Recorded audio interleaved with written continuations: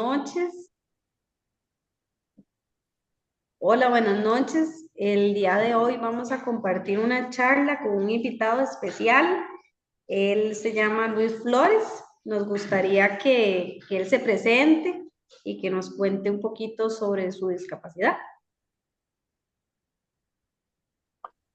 Hola, muy buenas noches. Mi nombre es Luis Flores, soy conocido como Lucho Flores. Y para aquellas personas que tal vez presenten alguna situación de baja visión o ceguera, bueno, me voy a describir. Soy una persona de contextura gruesa, tengo el pelo largo, rizado, estoy utilizando una camiseta de color gris. Sí, estoy en un espacio en donde se encuentran atrás una pared de madera de color café con color crema y una silla de ruedas. Estoy utilizando anteojos. Me caracterizo mucho por tener tatuajes en los brazos y en el pecho y soy usuario de silla de ruedas.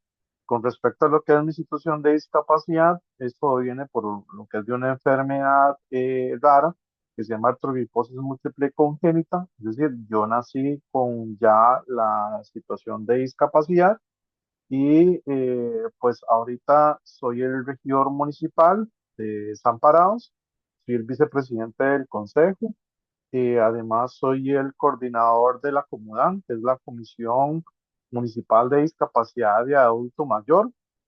Soy bailarín de danza contemporánea, para esgrimista. Soy presidente también de la seccional de personas en situación de discapacidad de la ANEP. Y bueno, ya llevo más de 9 años trabajando desde la parte del emprendimiento social en pro de los derechos de las personas en situación de discapacidad.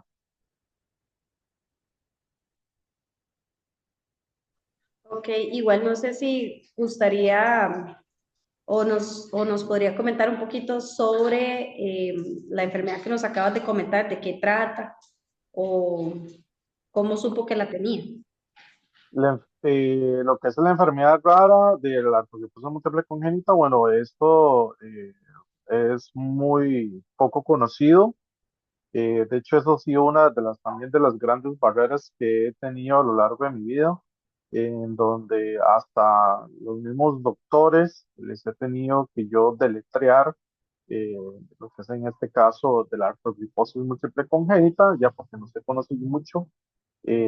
Sí se han hecho como algunas investigaciones, por ejemplo, lo que es de la parte de lo que es la movilidad reducida. En algunos casos, la movilidad reducida suele ser en los miembros superiores. En mi caso, fueron en los miembros inferiores.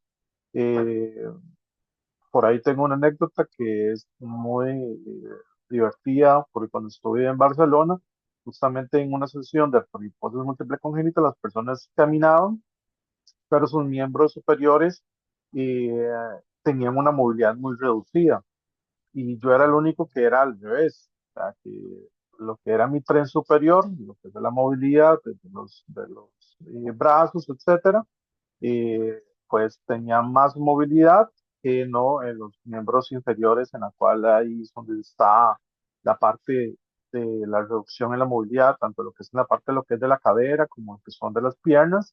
No se me desarrolló lo que fue los músculos en las pantorrillas y no tengo equilibrio a la hora de dar un paso. Entonces, por eso es que soy usuario tanto de silla de ruedas como también usuario de muletas.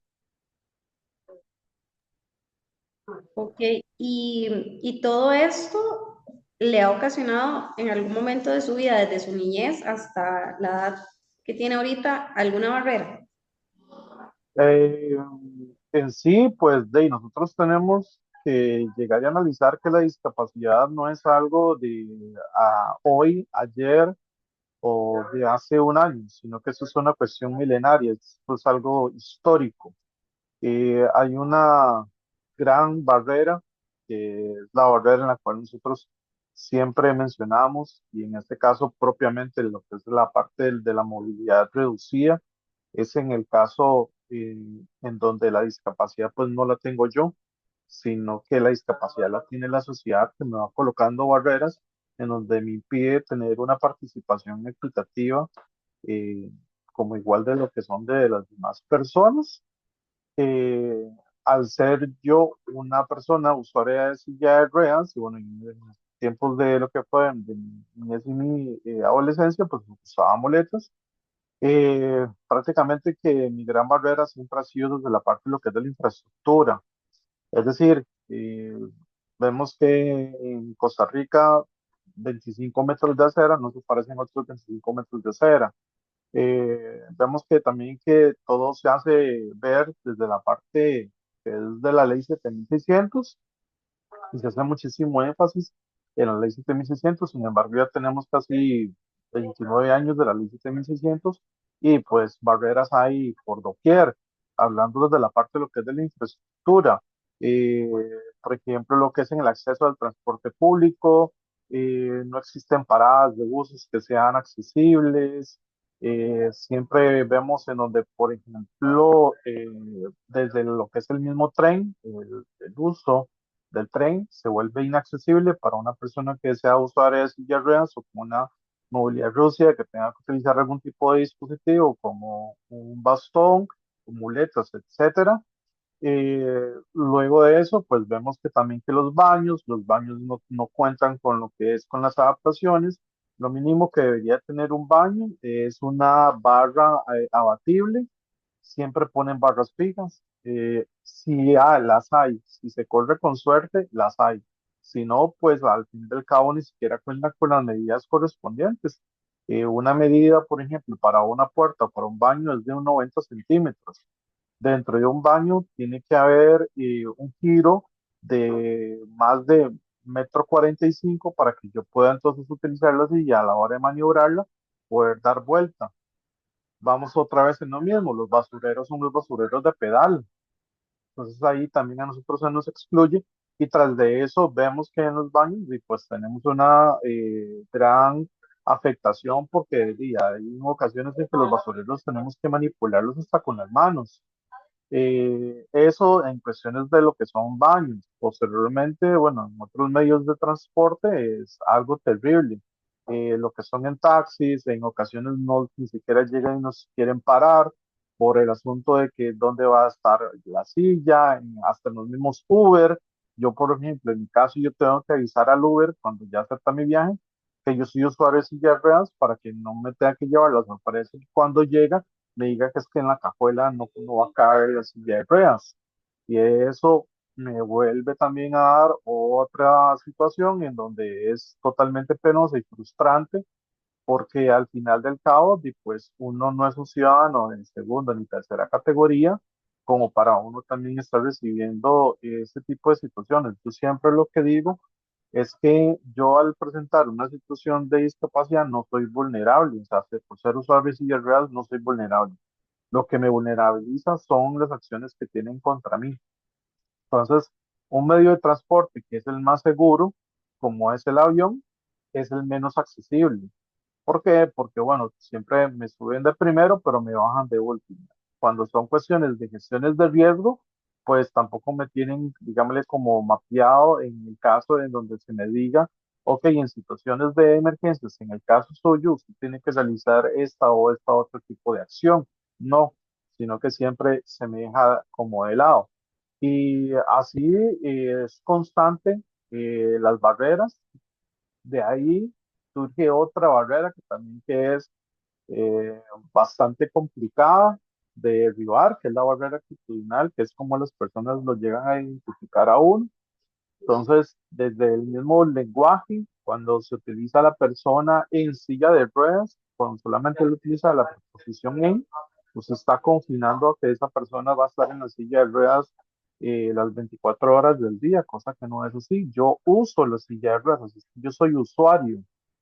Y bueno, y para qué decir desde la parte en donde también pues a mí me han pasado varias anécdotas en donde pues también me gusta contarles porque esto es algo que estamos viviendo desde el 2025. Me recuerdo hace un par de años cuando en la Asamblea Legislativa yo estuve en la Comisión de Discapacidad de Adulto Mayor y una de las diputadas, que es Marta Eugenia, cuando yo estaba exponiendo sobre la importancia de lo que nosotros le llamamos consulta estrecha. ¿Qué significa consulta estrecha? Bueno, tiene que usted que consultarle a todas las poblaciones y en todas las formas y en todos los formatos.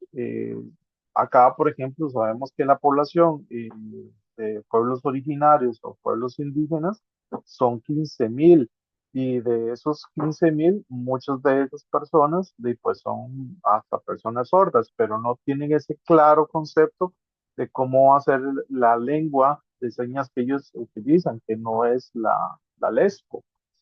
Entonces, cuando yo estaba contando todo este tipo de situaciones, al final la señora se me acerca y me dice, Lucho, usted tan inteligente y en silla de ruedas.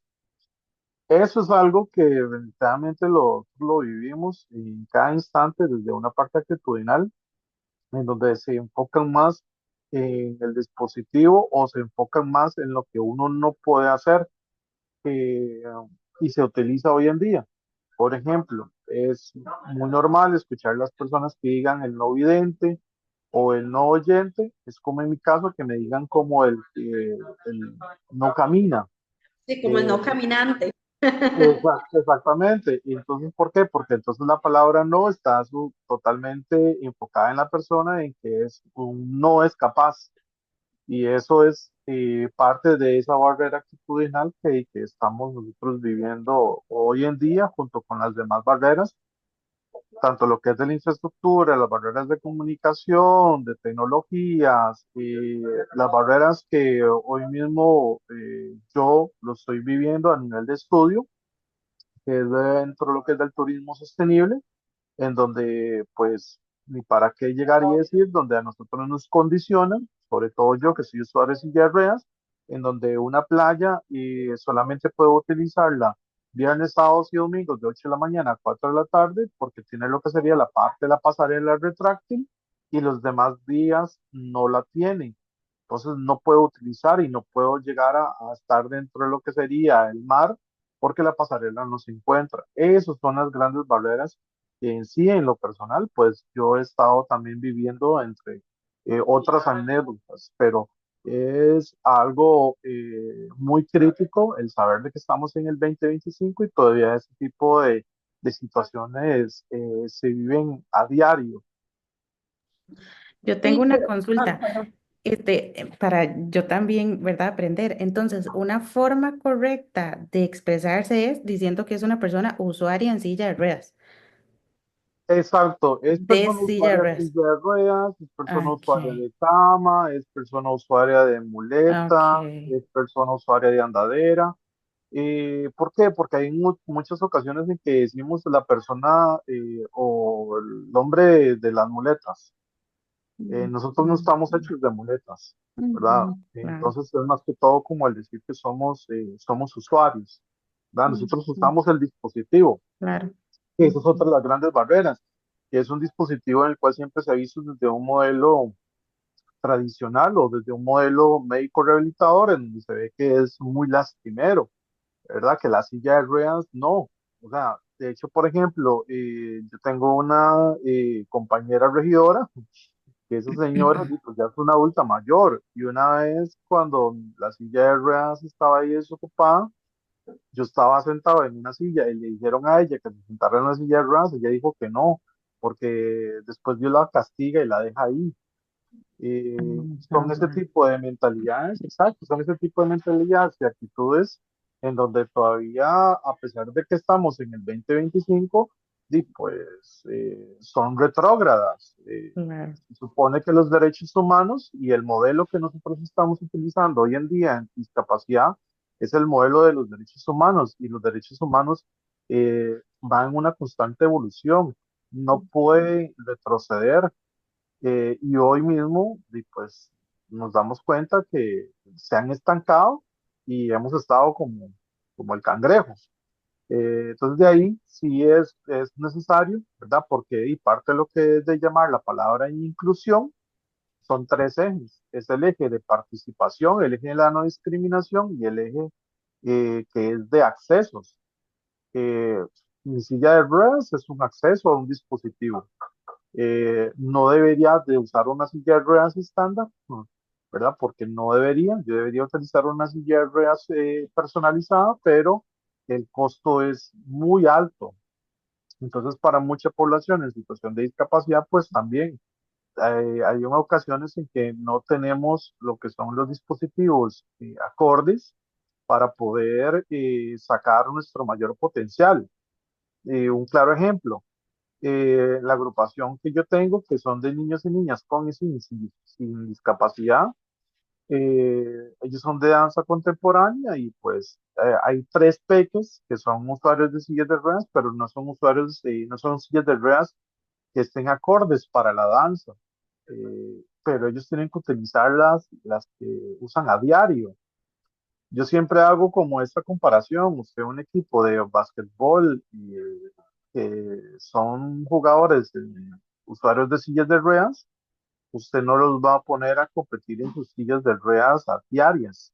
Ellos utilizan unas deportivas o semideportivas, pero no son las que utilizan a diario.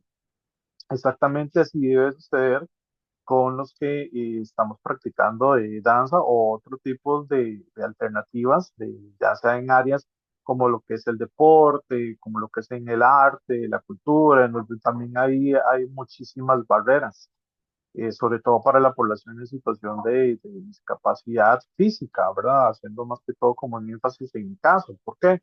Porque, por ejemplo, yo no puedo ir a la Universidad Nacional porque la Universidad Nacional no tiene lo que son las adaptaciones para lo que es la prueba inicial, ¿verdad? Que uno tiene que hacer para poder entrar a la carrera.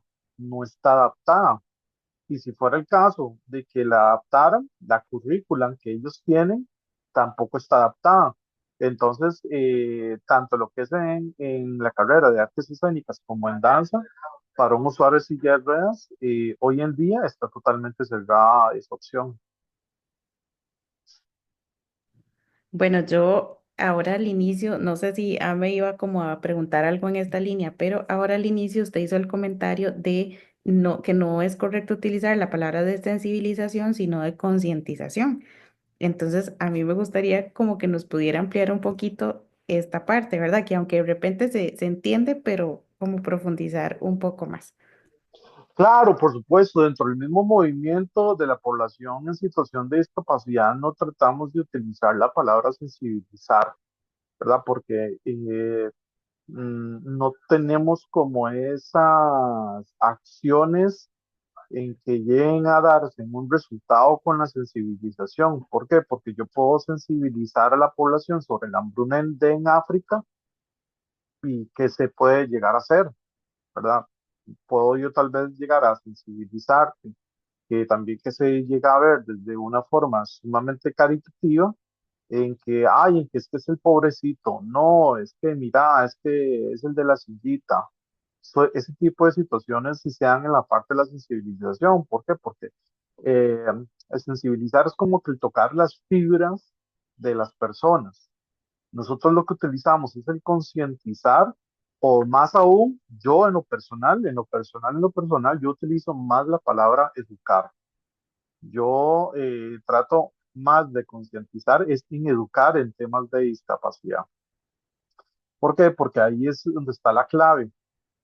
Para nosotros poder iniciar con un tema de que es una construcción de una cultura definitivamente accesible o inclusiva, tenemos que comenzar desde tempranas edades. Entonces, ¿qué es lo que hacemos de tempranas edades? Comenzar a educar a los niños y a las niñas sobre qué es discapacidad, sobre qué significa una silla de ruedas. A mí, por ejemplo, me encanta todo lo que se ha vivido dentro de lo que es del grupo de Junior Ya Danzo. ¿Por qué? Porque ya los chicos y las chicas han naturalizado tanto el usar la silla de ruedas que ellos la utilizan y la utilizan justamente para danzar, la utilizan hasta para jugar. Y de ahí es donde es impresionante el ver cómo ellos, la figura de la silla de ruedas, no la ven ni con lástima, no la ven de una forma que se haga hasta con miedo, sino que es al contrario. Yo, por ejemplo, el primer año, ya Junior ya tiene 2 años, el primer año yo vacilaba con los papás y con las mamás porque yo les decía que no iba a ser nada extraño, que tal vez que les estuvieran pidiendo para Navidad una silla de ruedas en vez de una bicicleta. ¿Por qué? Porque ya naturalizaron lo que fueron los dispositivos de apoyo. Ya ellos llegaron y naturalizaron simplemente el hecho de que si una persona camina o no camina, o una persona utiliza alguna otra forma eh, para movilizarse, eso significa diversidad y significa diversidad de movimientos. No, no caen en simplemente el hecho, en el estigma de decir es que esa persona no camina bien. No, o sea, no hay un parámetro como para decir si esa persona camina o no camina bien, sino que lo que utilizan es el parámetro es de la diversidad en la movilidad.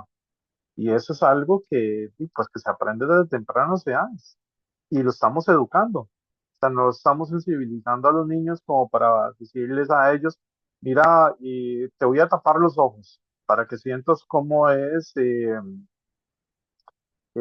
ser una persona ciega. No, sino que de una vez se le educa en donde ellos ya saben que si es una persona que presenta una baja visión o si es una persona ciega, ellos directamente llegan y se describen. Se describen ellos mismos y describen el entorno. Igual sucede con las otras situaciones de discapacidad. Entonces, yo sí soy sumamente creyente y anuente en que es más educación y no tanto desde la parte de sensibilizar. Sí, totalmente de acuerdo, totalmente de acuerdo. Y pasa mucho.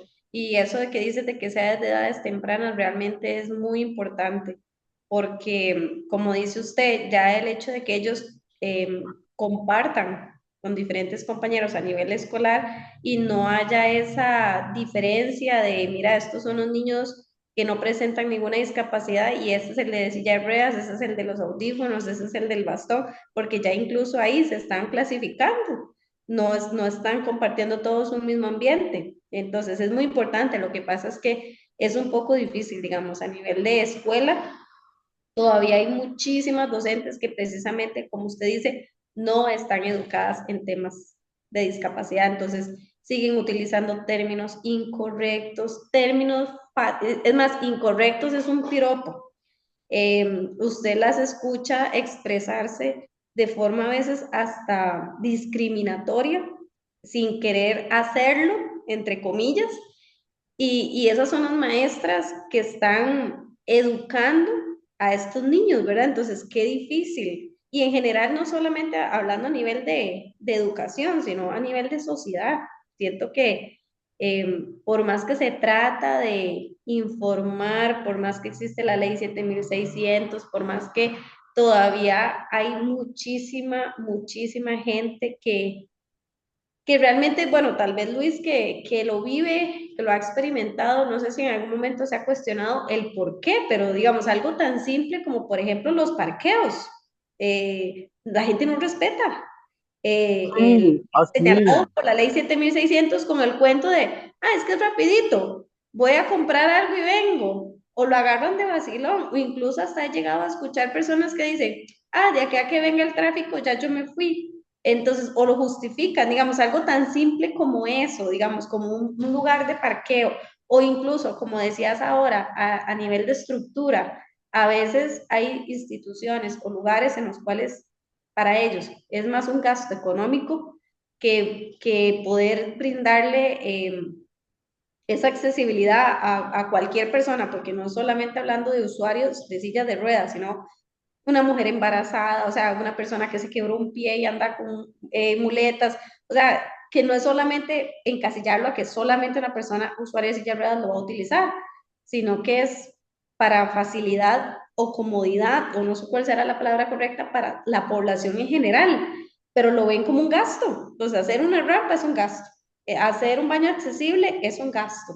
Para ellos todo eso es un gasto, no lo ven como algo que va a ser de bien para la sociedad en general.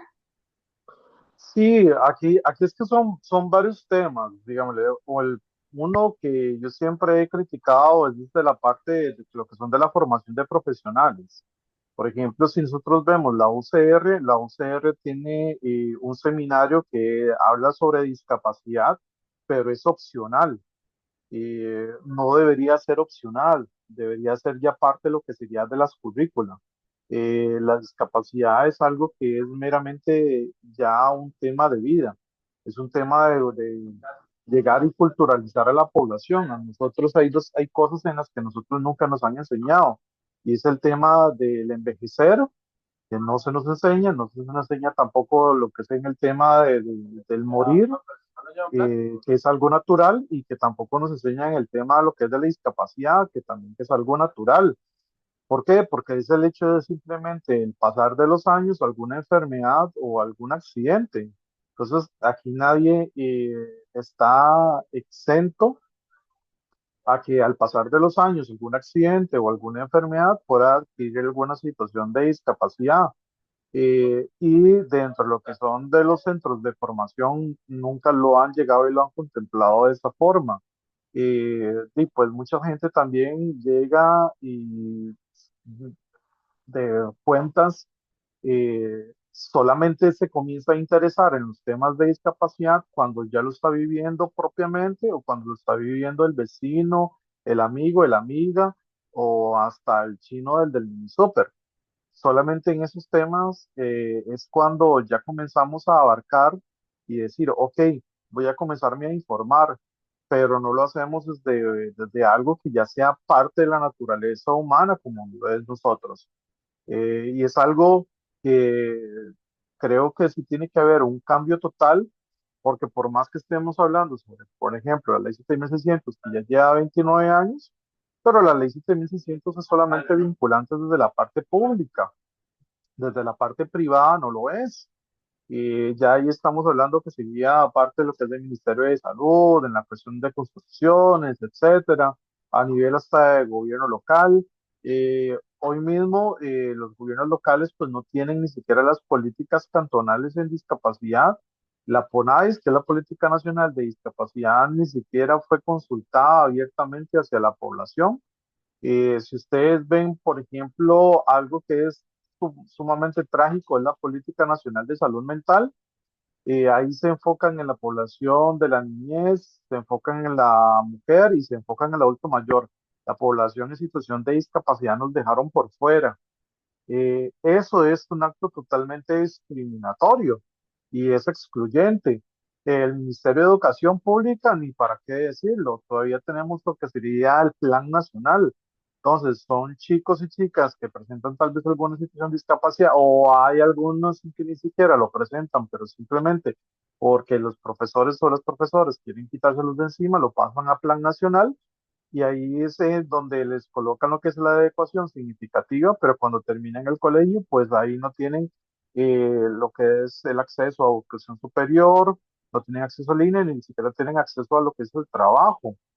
Yo me recuerdo que al inicio, cuando yo estuve tratando de buscar trabajo, muchas de las veces en las que a mí me dijeron que no, era por las cuestiones de la infraestructura, porque me decían, ay, es que no se va a poder porque la oficina está en un segundo piso y aquí no hay ascensor. O no, mira, ¿cómo vos te vas a transportar en taxi todos los días? Entonces el salario se te va a ir en puro pagar taxis. Eran ese tipo de situaciones, ¿verdad? Y tipos de respuestas en las que uno definitivamente, y pues, tiende a uno escucharlas todavía hoy en día. Y es muy fuerte, es muy duro, ¿verdad? Ver cómo todavía el modelo tradicional, que está muy arraigado, no desde una situación cultural, sino que también está arraigado desde una parte histórica, y de la religión. Como un dato, en 1841, Braulio Carrillo creó una ley que se llamaba las bases y las garantías, en donde una persona en situación de discapacidad adquirida, de una vez se le suspendía la ciudadanía. O sea, de una vez, usted adquiría una discapacidad física, y de una vez se le suspendía a usted la ciudadanía. Ya no era costarricense. Y hasta hace poco tiempo comenzamos a ver que ya la población en situación de discapacidad pues ya tenía la parte de la autonomía con la ley 9379.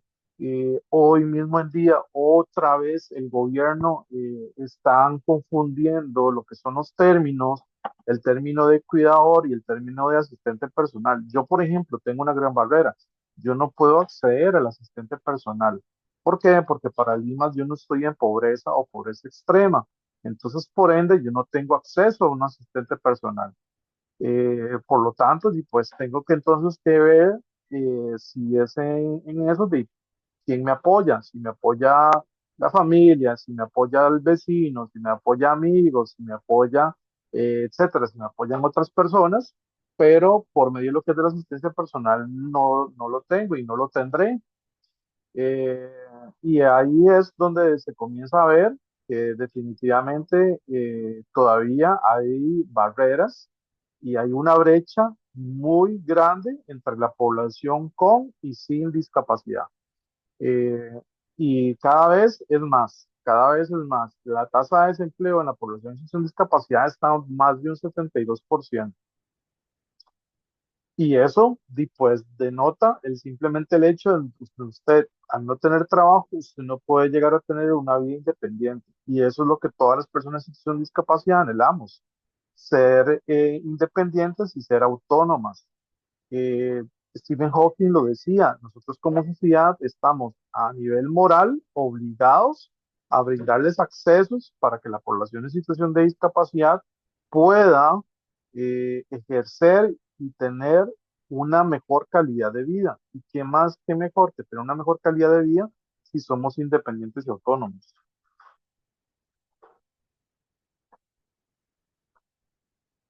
Bueno, a mí en realidad he estado aquí tomando nota porque creo que he aprendido mucho y creo que uno como profesional tiene la responsabilidad de llevarlo a donde uno esté, ¿verdad? Yo en mi caso trabajo con adolescentes, pero tengo contacto con chicos de preescolar y primaria. Y pues bueno, toda esta información que usted nos está dando me hace reflexionar a mí, ¿verdad? ¿Cuál está siendo mi postura? Porque ahora que lo escuchaba, este discurso que se ha mantenido de ver la discapacidad como algo, como, y usted lo decía, no es que yo sea vulnerable, es que el espacio o la misma sociedad me pone en una condición de vulnerabilidad, que en realidad es Totalmente. ¿verdad? Y estas cosas que uno dice, bueno, es cierto, ¿verdad? Un día yo escuchaba a una persona que decía, ay, es que es especialito, ¿verdad? Haciendo referencia a una persona con discapacidad.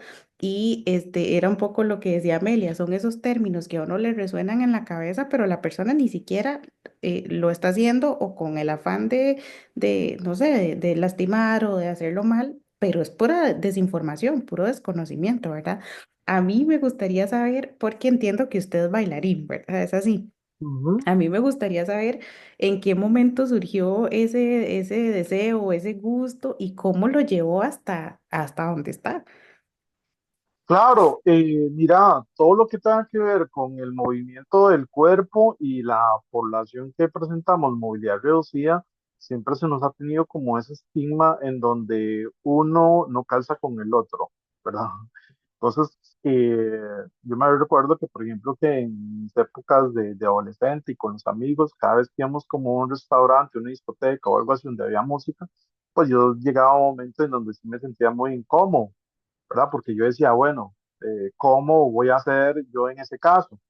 Y al pasar lo que era el tiempo, y pues siempre uno está como en esta parte que uno tiene que como que ir quemando etapas, ¿verdad? ¿Por qué? Porque hay dos cosas que son esenciales que a nosotros no nos enseñan y que debería ser parte de. Creo que estamos ya en el siglo XXI y dentro de no solamente el Ministerio de Educación Pública, sino a nivel también de la casa, de la sociedad, de la familia, de etcétera, se tiene que trabajar muchísimo en eso. Uno, que es en la inteligencia emocional. Creo que esto es algo que definitivamente sí se tiene que comenzar a ir viendo que cada vez más son más los casos en donde las personas están adquiriendo estas situaciones de discapacidad psicosocial. De hecho, el Organismo Mundial de Salud dice que en el 2021 la segunda causa por el cual las personas están adquiriendo una situación de discapacidad es por discapacidad psicosocial, todo lo que tenga que ver con esquizofrenia, con bipolaridad, depresión. Depresión ahorita la OMS la cataloga como la pandemia.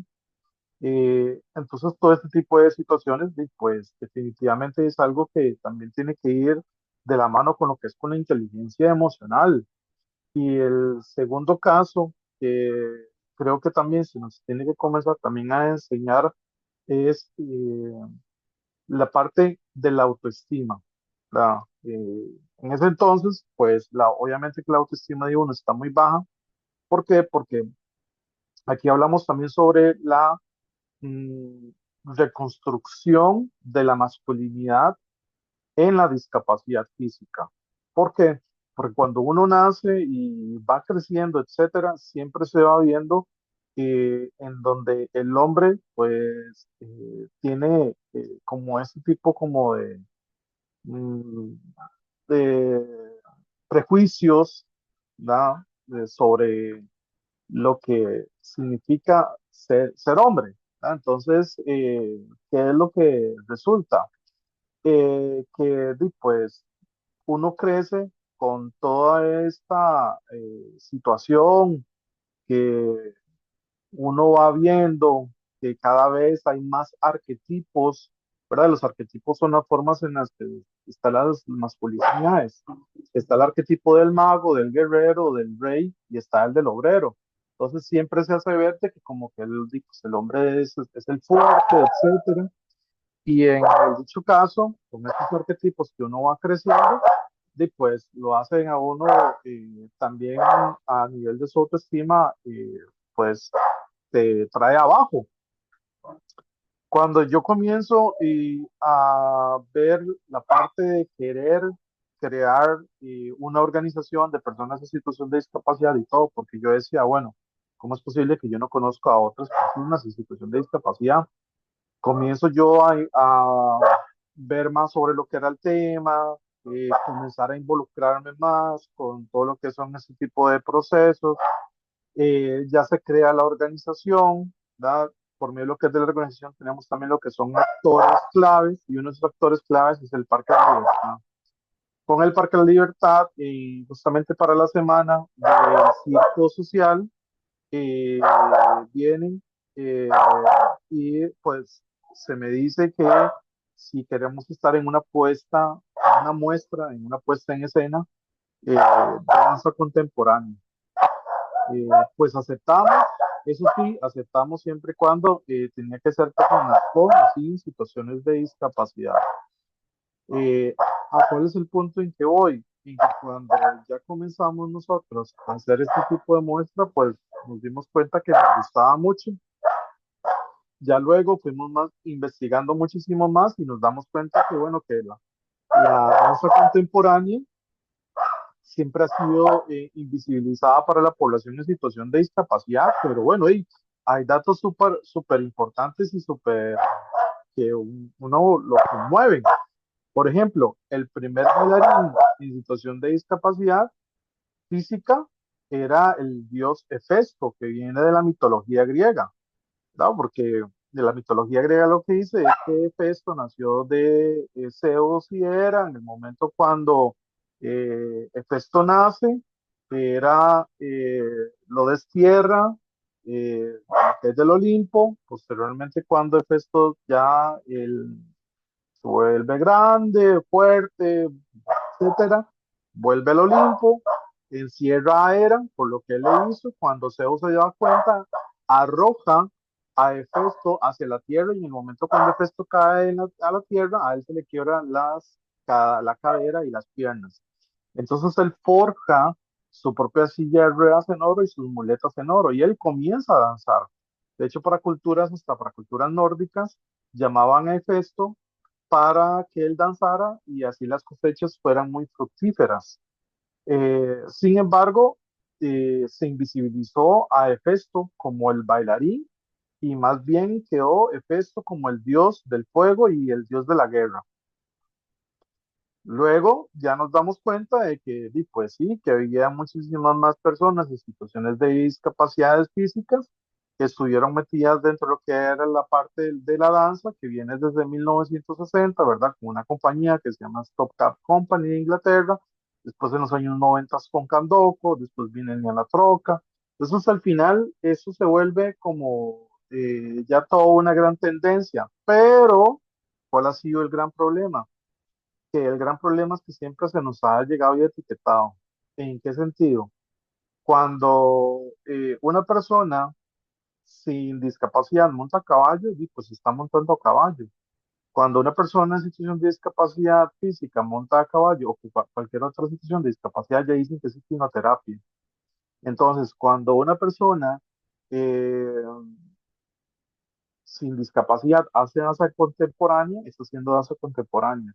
Cuando yo la hago, nos dicen que es danza contemporánea inclusiva, o nos dicen que es danza contemporánea integradora, o nos dicen que es danza contemporánea accesible. ¿Ves? O sea, siempre está el hecho del etiquetar, y eso es lo que también pues nosotros no queremos. O sea, al final, todo cuerpo danza. Yo me recuerdo que, por ejemplo, en Brasil, yo estaba viendo una puesta en escena en donde una persona que era usuaria de cama, con una parálisis cerebral y una movilidad increíblemente reducida, ya lo que hicieron fue que le pusieron la cámara justamente en la cara y cuando colocaban música, ella danzaba con los ojos, ¿verdad? Entonces ella escuchaba la música y con los mismos ojos era que ella los movía. Entonces, o sea, todo cuerpo danza. A la hora de nosotros respirar, ya estamos danzando. Entonces, esos son el tipo de situaciones en las que para nosotros ha sido como muy importante el utilizar la danza como una forma de educar también a la población en el sentido del tema de discapacidad.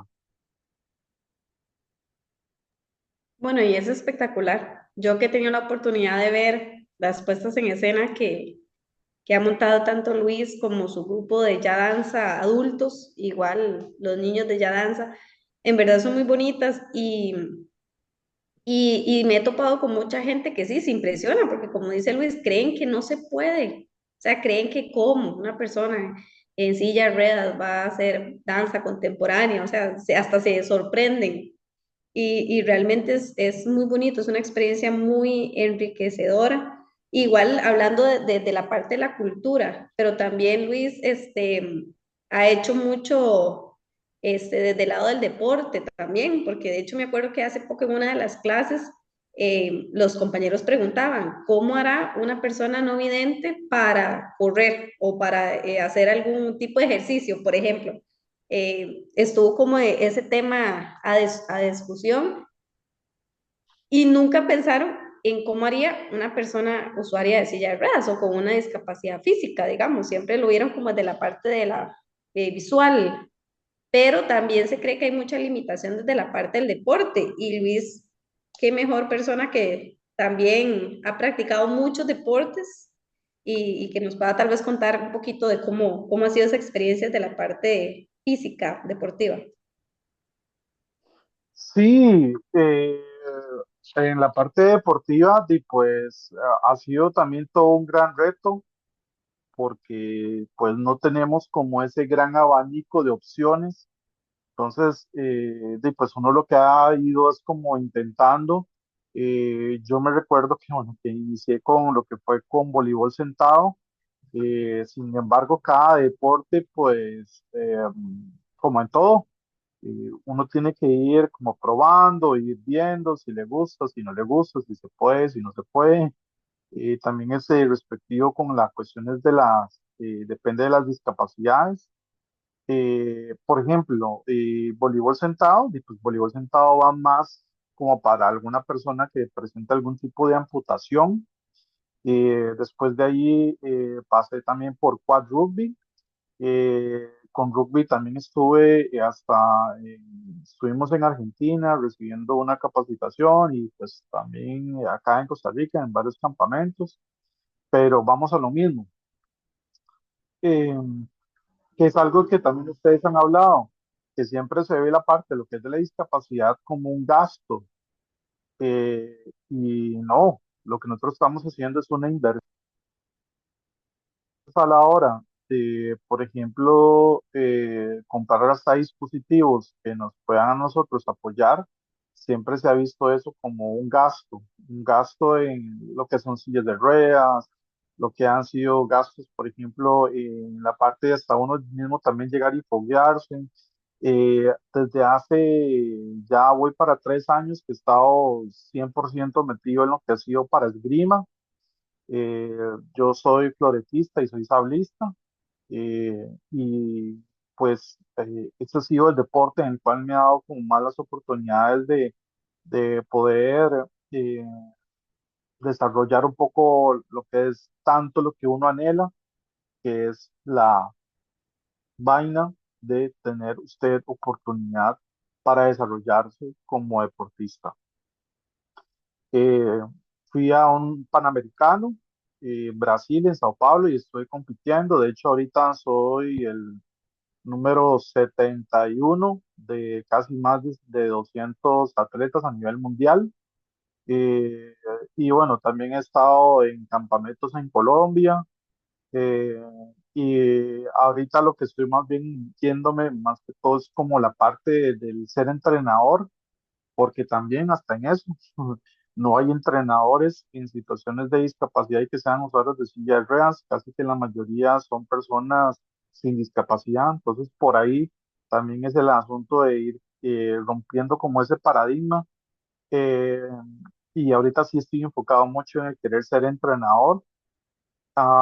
Y es eso, es simplemente el hecho de podernos seguir desarrollando, el tener como ese panorama, tener ese abanico de oportunidades. Ahora, por ejemplo, me contactó un profesor de física del liceo, creo que fue el liceo de Alajuelita, y él me estuvo comentando que pues no tenía conocimientos de cómo hacer adaptaciones a ejercicios para población en situación de discapacidad física con una movilidad reducida, y muy reducida. Entonces, eh, en danza aprendemos mucho algo que se le dice el traducir. No llamamos de adaptar los movimientos, llamamos sobre traducir los movimientos. Pasa exactamente igual como con el idioma. Inglés decimos table, Table, y en español decimos mesa, pero es exactamente lo mismo, es el mismo objeto. Entonces, el hecho es ver cómo la persona en situación de discapacidad va a traducir la actividad al cual el profesor está buscando ese objetivo. Entonces, de ahí es un camino bastante arduo, pero creo que se puede alcanzar muy fácilmente. Lo único que sí se necesita es voluntad, y que las personas también estén dispuestas a aperturarse para tener más este conocimiento. Yo siempre les digo a las personas un consejo. Ustedes quieren conocer sobre discapacidad, interactúen más con personas en situación de discapacidad. Eh, por medio de esta interacción es donde se van a estar dando cuenta todas las realidades que nosotros vivimos, ¿verdad? Por ejemplo, algo tan sencillo como una gestión de emergencia. Usualmente cuando pasa algo, yo llego a algún lugar y lo primero que digo es, bueno, ¿dónde está el punto de encuentro? Me doy dando cuenta que el punto de encuentro se encuentra en una zona de zacate. Entonces yo les digo, pero ¿cómo entonces va a ser en mi caso si estoy usuario de silla de ruedas? Entonces ahí se quedan así como, mira, sí, eso no lo habíamos pensado.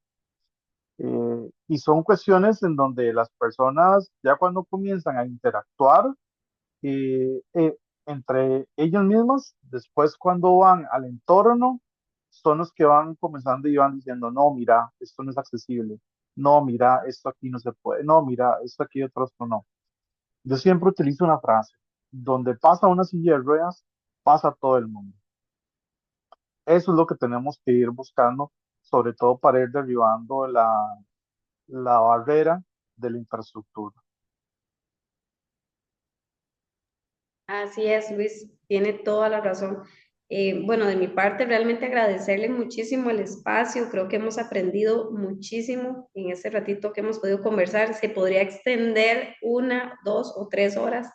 Realmente es muy interesante y como dice usted, realmente en el momento en el que empezamos a interactuar con las diferentes discapacidades o las personas con diferentes discapacidades, ahí es donde empezamos a aprender. Realmente es muy importante el educarse, el leer, el investigar y sobre todo como decía usted, no sensibilizarse del pobrecito, porque realmente nadie es pobrecito, ¿verdad? Entonces, yo creo que uno de los puntos claves de esta charla es el educarse, el informarse, el seguir queriendo saber más del tema. Y a mí como anécdota personal puedo asegurarle que lo he vivido de una perspectiva diferente, porque al haber compartido con una persona con una discapacidad física durante toda mi vida, este, lo veo diferente o natural, digamos, llega un punto donde uno lo naturaliza y no lo ve, o yo no veo tal vez X barrera que tal vez otra persona sí vea, que diga, uy, no, pero ¿cómo esta persona va a ir cómo va a entrar al cine, por ejemplo, o cómo va a ir a un bar, o cómo va, porque yo lo veo natural, digamos, digo, no, pero sí, por supuesto, que puede ir al cine y puede ir a un bar. Y por ejemplo, me pasó mucho, uy, disculpen con mi perro, qué vergüenza, no sé si se escucha muy duro. Regálenme un segundo. Si quiere, bueno, Steph, no sé si quiere hacer una intervención y ya yo sigo con mi comentario. Claro, bueno, en realidad yo aquí, como digo, voy anotando cosas. Yo me quedo con estas dos palabras de todo, como le digo, anoté diferentes cosas, pero como esta parte de educar y naturalizar, ¿verdad? Porque qué gran reto, o incluso uno que está como inmerso no sé, en contacto con otras personas, pues nunca deja de aprender y de cambiar ciertos pensamientos o ciertas cosas que ve a nivel social. Así que yo me quedo con esa tarea y esa recomendación que nos dio Luis, ¿verdad? Dice, uno quiere entender y quiere conocer más, pues debe también acercarse a otras personas con diferentes discapacidades o diferentes condiciones. Y yo digo, bueno, ¿quién tengo a mi alrededor? ¿A quién me puedo acercar para conocer, para entender y para seguir aprendiendo, ¿verdad? De aquí en adelante. A mí me llama mucho la atención como esta no sé, yo sé que estamos de cierre, pero ahí en algún momento después lo conversamos. ¿Qué personas, quién lo pudo inspirar, digamos, para este camino de romper? Porque hay familias o personas que dicen, bueno, tengo una discapacidad y esto fue mi limitación para siempre, ¿verdad? Ya esto me limitó y ya no puedo hacer muchas cosas. Pero vemos en usted de alguien que aprende, que nos puede enseñar y también que ha ido abriendo espacio que cuesta tanto en una sociedad como esta, como usted dice, en el 2025 y uno escucha tantas, eh, no sé ni qué adjetivo utilizar, que no sea irrespetuoso, ¿verdad? Pero tantas cosas. Entonces, esa energía que usted transmite, me la dejo yo y como digo, mucho aprendizaje. Así que, de verdad, muchas gracias. Yo no sé si usted da charlas en algo, porque me Sí, encantaría llevarlo a los profes de mi cole y que podamos sí, aprender, a los chicos también, pero yo creo que los formadores también tenemos esa gran responsabilidad de primero entenderlo para luego transmitirlo. claro, por supuesto, definitivamente lo que se tiene que hacer es ir haciendo y formando más agentes de cambio, más personas que se vayan uniendo a lo que es este gran movimiento. Son situaciones en las que no sabemos en qué momento las vamos a llegar a tener. Por eso es mejor tener de una vez listo. Yo ahorita una de mis motores de inspiración es simplemente el pensar en la generación que viene a la par mía o la generación que viene detrás mío, no le cueste tanto como hacia a mí Mm. me ha costado. Entonces, pues de ahí es donde uno también va aprendiendo muchísimo, va haciendo muchísimo énfasis en que las personas puedan comprender qué significa discapacidad, que tenemos que hablar más sobre discapacidad. Pues hay otros temas que son también increíblemente tabúes ¿verdad? Como es, por ejemplo, la parte sexual en la población en situación de discapacidad, Ujú. sobre todo la población en situación de discapacidad física. Es un tabú que es muy grande, ¿verdad? Que todavía, pues, estamos en una sociedad sumamente conservadora. Entonces ahí se tiene que ir expandiendo, se tiene que ir abriendo. Como vos decís, ahorita también tenemos una sociedad en donde ha llegado a ser muy capacitista. ¿En qué sentido? En que dejan a la persona en situación de discapacidad o a sus familias, en que, mira, yo te tengo que dar esto. Tenemos que buscar la pensión porque tiene que recibir la pensión. Tenemos que buscar cómo te pueden donar dinero, tenemos que buscar cómo te van a hacer esto, Entonces al final convierten a la población en una persona sin herramientas y posteriormente cuando viene la familia que tal vez ya son hasta adultos mayores, dicen, ¿qué va a pasar con mi hijo, con mi hija cuando yo ya no esté? Ahí es cuando uno dice, bueno, pero ¿dónde estuvieron entonces todos los mecanismos de estimulación, de apertura? Les voy a comentar solo una anécdota rápida. El martes pasado comenzó una chica, ¿verdad? Que se llama Andrea, ella tiene 27 años y fue la primera vez, porque ella presenta espina bífida, una discapacidad física, fue la primera vez que ella salió sola de su casa con 27 años. O sea, y ella estaba muerta del miedo, pero muerta, muerta, muerta, muerta del miedo. Entonces son cosas en las que uno, pues uno más bien incentiva a las personas, les dice que hay que aperturar sus alas, dejar que las personas vuelen. ¿Por qué? Porque por ahorita nadie, y esperemos que no vaya a pasar en corto tiempo, hasta que nos invada la inteligencia artificial, que seamos así como legítimo del ambiente de Terminator, y todos ahorita somos personas que nos vamos a ir en algún instante. Entonces, ¿qué va a suceder con toda esta población? Mente eh, aislada, va a quedar desamparada. ¿Dónde terminan? Terminan en casas de convivencia de Conadis, en donde esos casos de convivencia terminan convirtiéndose en una cárcel.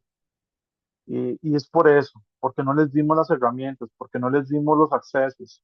Hay veces en que, por ejemplo, la parte actitudinal, vea que todavía estamos en una sociedad que yo le diría como algunos tipos de calificativos, ¿verdad? Como eh, bien salidos, ¿verdad? Como, ay, ¿qué decir?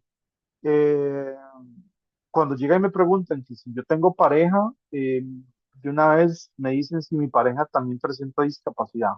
O sea, piensan que la población en situación de discapacidad somos como una logia, o piensan que somos, no sé, como los Illuminatis, una cuestión así, en donde solamente entre nosotros. Y eso es algo de que los comentarios son del día a día, o sea, del día a día. Si yo pudiera echar 50 colones cada vez que durante el día me dicen discapacitado, creo que ahorita, ¿verdad? Tendría, quién sabe qué, creo que hasta un Lamborghini tendría de carro. Y eso es y eso es nuestra realidad. Eso es algo que tenemos nosotros que vivir día tras día, tras día, tras día. Sin embargo, por eso es que estamos haciendo este tipo de luchas, este tipo de movimientos, porque lo ocupamos. A nivel gubernamental, el presidente sale diciendo que cae más rápido un discapacitado que un mentiroso, eh, o sale menospreciando de que para qué se va a conmemorar un día para los enanos, ¿verdad? Que es la población de talla baja con acondroplasia, que es una población en la cual también ha quedado mucho en el olvido y que también está presentando las mismas barreras que nosotros. Eh, y entonces es algo que sí es muy de trabajar, pero como siempre yo les digo a las personas, no podemos hacerlo solos, ni se puede hacer solos. Ya necesitamos el apoyo de las demás personas para que podamos ir haciendo este cambio, ir culturalizando a la población, hacerla ver de que esto es algo meramente natural, que es biológico, es parte de nuestro ser, de nuestro cuerpo. Así fue como nos creó Dios y así fue que lo que nos garantizó de que cuando nacemos lo que nos garantizan es la muerte, lo que nos garantizan es el tener que pagar impuestos y lo que nos garantizan es que pues vayamos a adquirir alguna situación de discapacidad a lo largo de nuestra vida. Así es que simplemente es un trabajo social que se tiene que ir haciendo cada vez más, hablar más sobre discapacidad y no hablarlo desde una parte tradicional o rehabilitadora, sino desde un modelo social, desde un modelo de inclusión, desde un modelo de participación, que es lo que tanto requerimos. Ok, Luis, y contestando también la pregunta ahora de Steph, sí, Luis sí da charlas. Ahí sí que Sí, sí, sí. como, con un Sí. poquito de información con respecto a eso. Bien, muy bien. Entonces ahí después hablamos a ver qué tal. Claro que sí, estoy con toda la disposición del mundo. Ok, Luis, yo creo que ya ahora sí, para cerrar, en verdad agradecerle muchísimo el tiempo eh, y todo lo que aprendimos en este ratito que pudimos estar conversando con usted. No sé si usted quiere comentarle algo.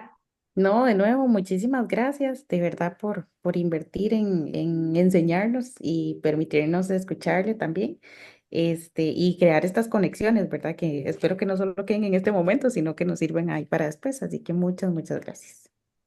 No, de mi parte agradecer, ¿verdad? También enviarle un saludo a la profesora y sépanlo que cuando estamos hablando de inclusión, estamos hablando de todas las personas y esto es algo que definitivamente tenemos que velar porque, como lo dice